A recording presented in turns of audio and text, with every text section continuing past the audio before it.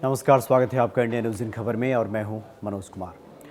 वित्त मंत्री निर्मला सीतारमण ने आज काफ़ी लंबा बजट भाषण पढ़ा और लोगों को इस बात की उम्मीद थी कि जो मूल समस्याएं हैं उस पर उनका फोकस होगा और उन समस्याओं को दूर करने की दिशा में कुछ ऐसी घोषणाएं होंगी जिससे ये उम्मीद की जा सकेगी कि आने वाले 2-4 सालों में स्थिति में सुधार हो। उन समस्याओं में से जो सबसे गंभीर और प्रबल समस्या है वो है बेरोज़गारी, यानी कि हर 4 ग्रेजुएट में से एक को नौकरी नहीं मिलती, यानी उसके पास कोई काम नहीं होता। यानी इस तरह से देखें तो लगभग 28-30% कह सकते हैं कि लोगों को रोज़गार नहीं मिलता। तो उम्मीद की जा रही थी कि कुछ इस तरह की घोषणाएं होंगी, सरकार कुछ ऐसे कार्य करेगी जिससे ये उम्मीद की जा सकेगी कि आने वाले दिनों में बेरोजगारी की समस्या दूर होगी।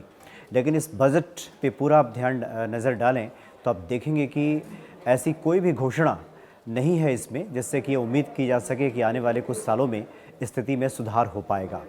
अब देखिए, जैसे मनरेगा के बजट को भी कम कर दिया गया है, खास करके जो ग्रामीण क्षेत्रों में इससे काफ़ी रोज़गार सृजन का मौका मिलता था, लोगों को रोजी रोटी की समस्या नहीं झेलनी पड़ती थी, उसके बजट को भी घटा दिया गया है, काफ़ी कम कर दिया गया है। 60,000 करोड़ रुपया ये किया गया है और ये जो रकम है चालू वित्तीय वर्ष के लिए संशोधित अनुमान 61,084 रुपये से भी कम है। दूसरी जो घोषणा ये उम्मीद की जा रही थी, खासकर एक जो है मुद्रा स्टैंड ऑफ इंडिया और स्टार्टअप इंडिया जैसी जो स्वरोजगार को बढ़ाने वाली जो योजनाएं होती हैं, इसके लिए सिर्फ 515 करोड़ रुपये ही आवंटित किया गया। और केंद्र सरकार की जब नरेंद्र मोदी सत्ता में आए थे पहली बार 2014 में, तो एक महत्वाकांक्षी परियोजना उन्होंने शुरू किया था, कौशल विकास, यानी इसमें स्किल डेवलपमेंट मिनिस्ट्री की स्थापना की गई थी। लेकिन आपको जानकर आश्चर्य होगा कि ये योजना पहले भी कार्यकाल में मोदी की वो फेल हो गई थी।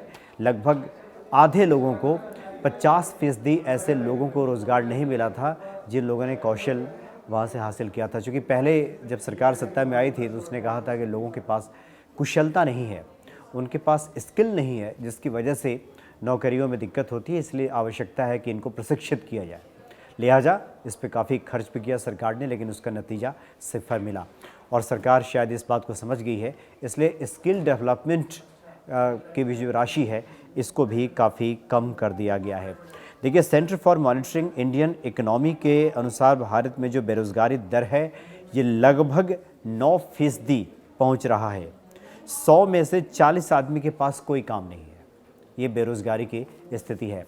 अब देखिए, सरकार ने कुछ घोषणाएं की तो क्या की, कहा कि 6,000 किलोमीटर हम लंबा हाईवे बनाएंगे, तो ये जो हाईवे बनेगा उसमें काफ़ी रोज़गार का सृजन होगा, इससे लोगों को रोज़गार मिलेगा। और ये कहा कि नर्स पैरामेडिकल स्टाफ की देश में मांग है, इनका कौशल सुधारने के लिए एक ब्रिज कोर्स गवर्नमेंट ने शुरू किया है। कुछ इस तरह की छोटी मोटी घोषणाएँ हुई हैं, लेकिन विशेषज्ञों का ये मानना है कि बेरोज़गारी जिस पे ज़्यादा फोकस सरकार का होना चाहिए था। एफडीआई की बेशक गवर्नमेंट ने बात किया कि एफडीआई के लिए सरकार कृत संकल्प है, लेकिन जो पिछला अनुभव देखा गया है, विदेशी पूंजी निवेश उस अनुपात में नहीं हुआ है जिससे कि एक बड़े स्तर पे एक रोज़गार का सृजन हो सके। तो अभी भी एफडीआई को लेकर सरकार अपनी गंभीरता तो दर्शा रही है, लेकिन इस पूरे बजट को आप देखें तो ऐसा इसमें लगता नहीं है कि एफडीआई को लेकर कोई संकल्प पत्र जैसा कुछ पेश किया गया है या फिर सरकार की ऐसी कोई योजना है, स्पष्ट रूप से कुछ कथन है कि हम इस तरह से पूंजी निवेश कराएंगे और इतने लोगों का रोज़गार का सृजन होगा। ये पूरी तरह से निर्मला सीतारमण इस पर चुप रही हैं, कहीं कोई इस बात का जिक्र नहीं किया गया है।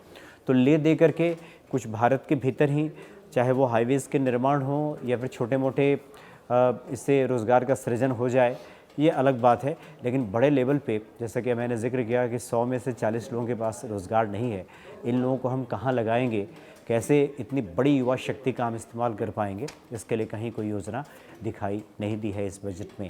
हालांकि 2014 के चुनाव से पहले प्रधानमंत्री जब नहीं बने थे नरेंद्र मोदी, उस वक्त जब भाषण दिया करते थे तो वो जानते थे कि 25 से लेकर 35 साल तक का जो युवा वर्ग है, एक बहुत बड़ा वर्ग है भारत में, और इसके लिए कुछ ऐसी बातें की जाए जिससे लगे कि उसकी सभी समस्याओं का निदान उनके पास है। इस तरह की उन्होंने बातें की थी, लोगों ने भरोसा भी किया था।